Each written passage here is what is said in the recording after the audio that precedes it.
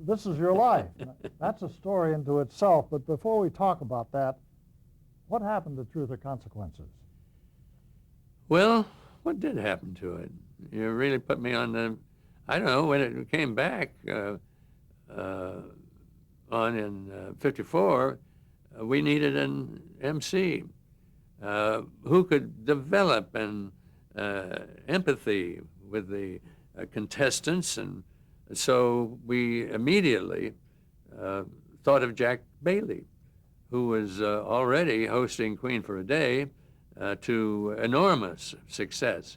And he did it for a year, and then Steve Dunn took over until, 1958, I guess it was. But when NBC bought TRC, daytime, we really started looking for just the perfect guy for the daytime show. And you found him in Bob Barker. And how? I'm telling you, the good Lord just set it down. We had auditioned lots of MCs, and many of them would have been just fine. But one Friday, I was picking up my daughters, Lauren and Christine, from ice skating.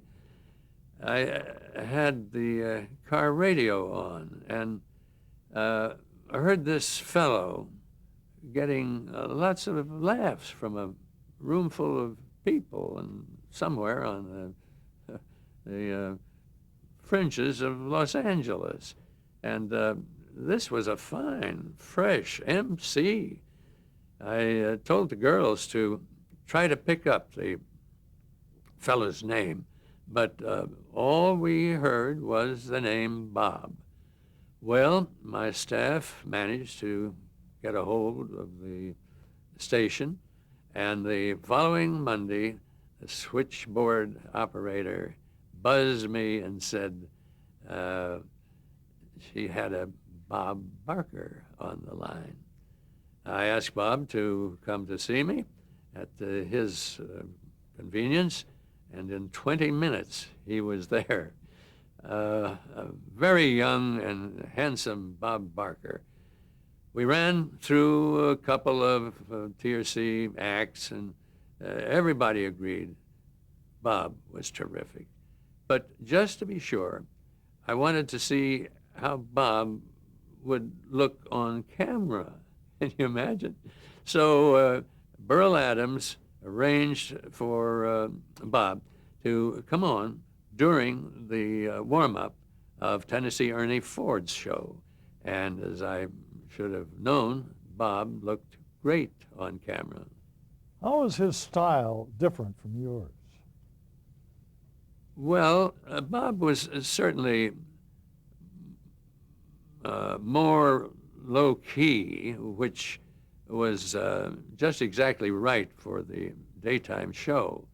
How long did Bob host the show? Well, let's see. He did it on NBC until June 1965, I think, and then continued in first-run syndication on Metromedia for another 11 years. So 20 years altogether, I guess, would do it. So Truth or Consequences ran on radio and TV for something like 38 years. That must be some kind of a record. I think it still holds the record for the longest running entertainment show. I know you get asked all the time about quiz show scandals in the 50s. Did that have any effect on your shows? Well, Bob, that's always an easy one to answer because I had no quiz shows. But all the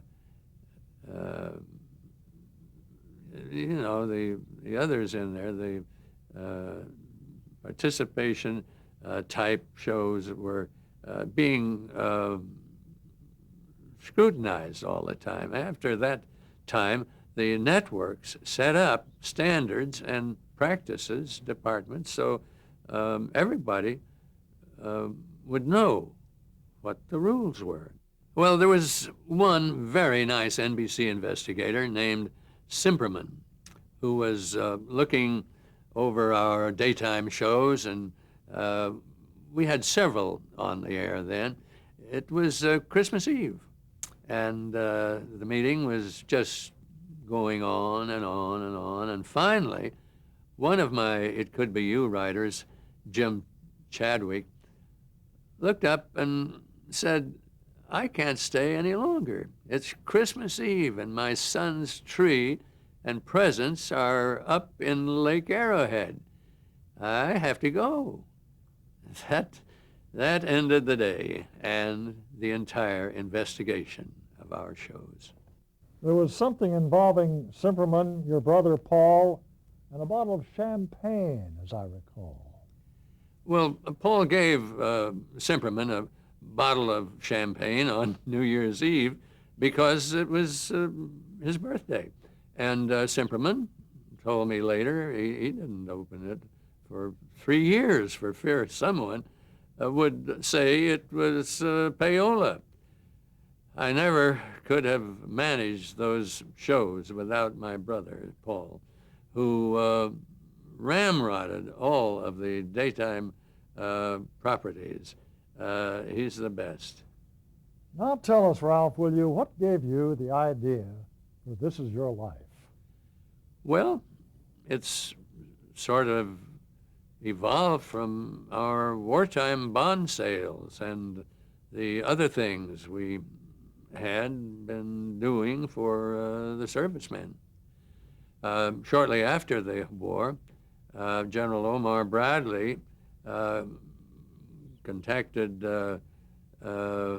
us and told us he had been impressed by our fundraising efforts and asked if there wasn't something we could do to help the disabled veterans. He told me that some of them, especially among the paraplegics, were afraid to go home. They feared that they wouldn't be accepted. Well, we came up with the idea to present a young ex-Marine named Lawrence Tranter, who was confined to a wheelchair from his war wounds, the problems of the war, and surprise him with a show of love from all his family and friends, his old boss at the drugstore, his favorite teachers, and so forth. We arranged for him to be trained at the Bulova School of Watchmaking and helped him to open a shop in his own home, his town of Murray, Utah. As all this unfolded, I realized we had a great new show, and This Is Your Life began on radio in 1948. The show really took off when it went on television, didn't it? You should know, Bob. You were there. For about 10 years. I should say. Tell about the preparation and how were the principal subjects selected? Well, as you know, Bob, we got ideas from all over the place, staff, of course, but also friends, viewers who would write in with suggestions, news stories. Just about everybody has a life story that deserves to be told. And it really was a matter of sorting through them and picking out the ones which we felt would have the most viewer appeal, celebrities, of course. But also lesser unknown people whose lives could serve as an inspiration to others. Those, of course, were some of your favorites, weren't they? Yes, they were. Remember Dr. Lawrence C. Jones? Lawrence C. Jones, the little professor of Piney Woods. He was quite a fellow. Dr. Jones dedicated his life to bringing education to the poor black children of Piney Woods, Mississippi. The really, I don't know, he really started from nothing. A couple of students sitting on a pine log in the open air. From there, he built one of the largest institutions of its kind in the country. And the show raised quite a lot of money for the school, didn't it? I knew that one of Dr. Jones's big concerns as he got older was to provide a way for the school to continue after his death. So at the end of the show, I looked into the camera and asked all our viewers to put a dollar bill into an envelope and send it to Dr. Jones. They sent in over $1 million to endow the school for years to come. That was wonderful. How about some of the others? Well, there was Hannah Bloch-Kohner, who survived the Nazi death camps. It was a story of just incredible courage and determination. The big surprise came at the end of the show when we brought out her brother, who is now living in Israel.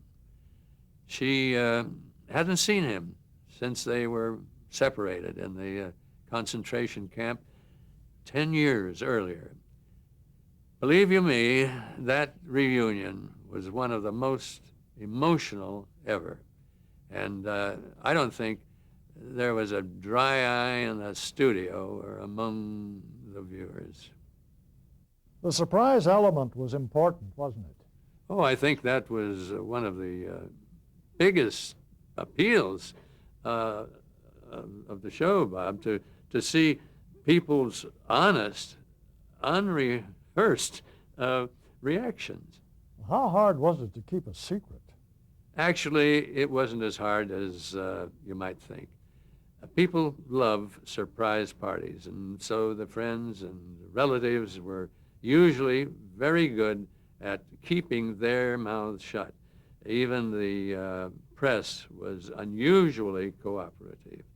It's amazing how rarely the secret got out ahead of it.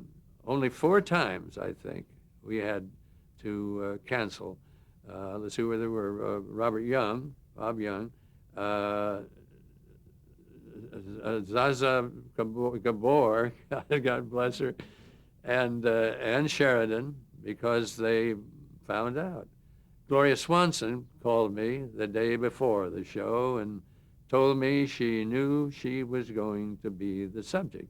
Now, I tried to convince her that she'd been misinformed, but it soon became obvious that she really knew. The day before, that created a big problem, didn't it? Oh, we realized that it was too late to produce a new show, so we decided to treat it as a way to appease the curiosity of the viewing public about what would happen if the subject found out. And just did the show. We went on and did it anyway. But a couple of subjects were deliberately told beforehand, like Lillian Roth. Wasn't there adverse reaction from Newsweek? Well, I don't remember what Newsweek said, but the public's reaction was sensational. We asked Lillian, who had been tops in films, Broadway, nightclubs, and other avenues of the entertainment business, if we could tell about her rise from Hell's Kitchen to a world-acclaimed star and back to the depths as an alcoholic. She said yes, if we felt it would be a help, even to one person, yes. So she didn't see the script, didn't know who would be coming in, only the fact that she was to be the subject, and that was revealed. And the results for her were terrific, weren't they? Oh, I'll say, Bob. Random House published her biography. She had a new nightclub career, and MGM made a film from the book I'll Cry Tomorrow, starring Susan Hayward. You were in that, weren't you? Oh, yes, I really had a big part at the end of the picture. Book in hand, I walked on stage saying, "This is your life, Lillian Roth." That took acting. And there was one show where the subject didn't arrive at all. Yeah, Darlene Miller, one of our non-celebrity subjects. The car that was supposed to bring her to the studio, it got caught up in one of the biggest traffic jams ever. Remember, this was live. So when the light went on, I stalled for a time, hoping somebody'd show, but after a while, we just had to go ahead. We wound up telling the family story through her younger brother. Darlene finally arrived with less than a minute left in the show. You never could predict how people would react, could you? That's right. That's right, Bob. You can't. You'd think you had covered all the bases, and then somebody, somehow, somewhere, throw you a curve. Lowell Thomas. You can say that again. That was a famous one. President Eisenhower had asked if we would take This Is Your Life to the people-to-people sports program for athletes at the old Astor Hotel in New York had there. So with the NBC camera in front of me, I barged into the ballroom and right past Lowell Thomas, who was giving his speech. I walked down to Jack Dempsey and said, "Jack, it can't be your life. You've done your life. Joe Louis, it can't be your life. You've done your life." And several more of those lives like that who'd already done. Then I went back up to Lowell Thomas and said, "Lowell Thomas, no one left but you. Tonight, Lowell Thomas, this is your life." I was there. His reaction was a classic. Unbelievable, unbelievable. Lowell scowled fiercely to me and said, "I think this is a sinister conspiracy." It kind of set the mood for the whole show, didn't it? The show went downhill after that. Let me tell you, I took Lowell back on the stage, and one of the first people out of the box to meet him was little Prosper Barinelli, his ghostwriter. Lowell looked down at Prosper and said, "You've been drinking." And the little man looked up, said, "Not nearly enough," and walked off the screen. The press really latched onto that show, didn't they? Headlines about how Lowell Thomas had ruined the show, and on. Funny things. It was next week the ratings were better than ever, and Lowell became a lifelong friend. In 1958, This Is Your Life originated a show in Hawaii. I remember it as being quite a challenge. What was that all about? Well, the idea was to honor the memory of those who had died at Pearl Harbor on December 7th, 1941. A commission had been established to raise funds for a permanent memorial. But it had been having, a tough time. We thought a This Is Your Life show would be just the thing to get people involved. We searched long and hard to find a subject who would exemplify the brave men who had died there. We chose a medal of honor, recipient Admiral Samuel Fuqua, the last man to leave the sinking USS Arizona. There were a few technical problems trying to do that show, weren't there? Well, we knew it would be impossible to do the show live. No satellites in those days, and there were no videotape machines in Hawaii then. Remember, this was 1958 we're talking about. So Burl Adams, there's Burl again, arranged to intercept a ship carrying videotape machines from RCA to Japan and borrow them for our show. I remember all those planes flying over. Yeah, I remember that too. We had a squadron of Navy fighters to do a pass over the Arizona right at the opening. I was nervous that the timing wouldn't work just right, but between Dick Gottlieb, our director, and the Navy people, it came off just like clockwork. No, there wasn't much of a memorial then, was there? Well, just a wooden platform over the sunken hulk of the Arizona. So This Is Your Life really got the ball rolling. Yeah, we appealed to the viewers for money once again and got an unbelievable response, enough to realize and really get started on a permanent memorial. And that's the one we see there today, isn't it? It was dedicated in 1962.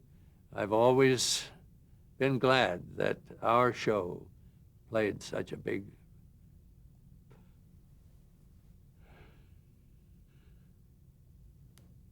part in that thing. It was wonderful. Carry on, Great. guys. Carry on.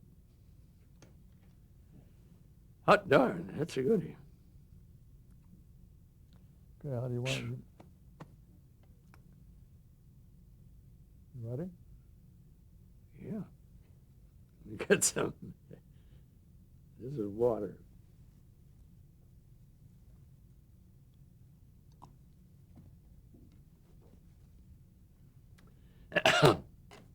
Ready. Okay. This Is Your Life is still running in Britain, isn't it? Since 1955, we went over to England to produce and host the first show. This was known as the Rights of Prior Performance, is the way she goes. If we hadn't established the show as our property by doing one there, it could have been copied. Once we had done that, we franchised it to Spain, France, Switzerland, New Zealand, Australia, and Greece. It's been a surefire formula everywhere. That first English show featured Eamon Andrews. How did that happen? Oh, my buddy from over there. That's right.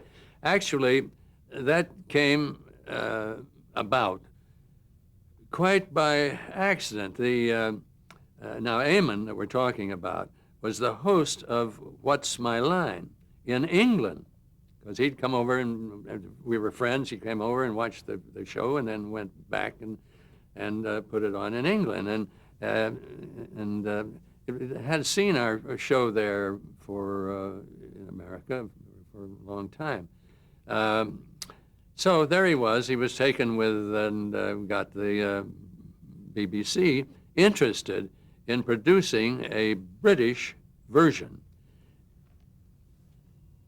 Eamon and his wife, Grania, spent the summer in Beverly Hills, as I said, with Barbara and with me, and our family, learning about, his family, learning about This Is Your Life.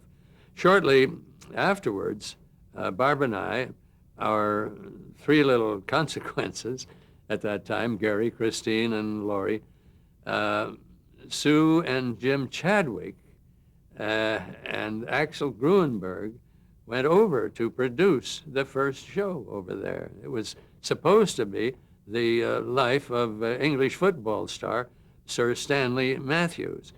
So the day before the show, I went up to the suite in St. James Court, that was our headquarters, and found Tom Sloan, the BBC production chief there, in an absolute frenzy.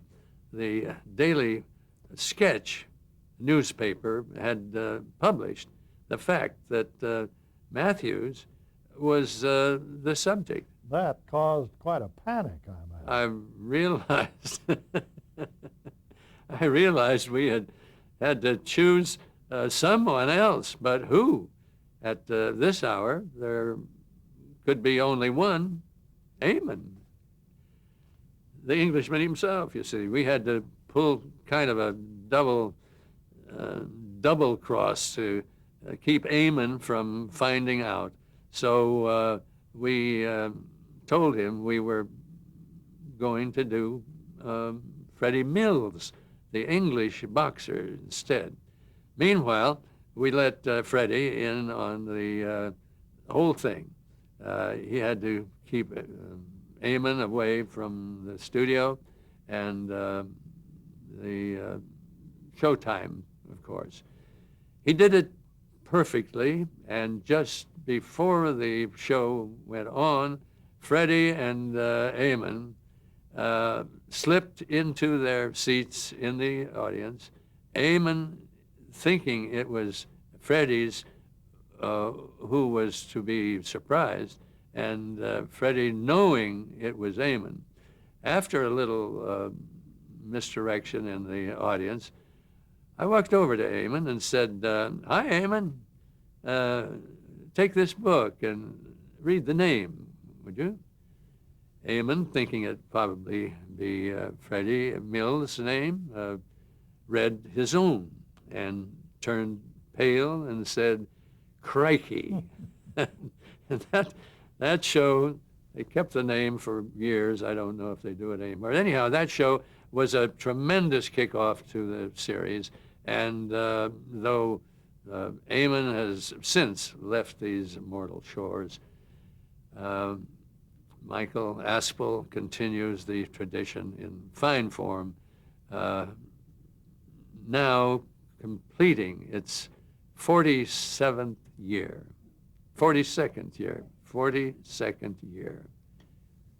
Besides This Is Your Life and Truth or Consequences and the other shows we've talked about, you produced a lot of others through the years. Was there any kind of philosophy that guided your choice of what shows to do?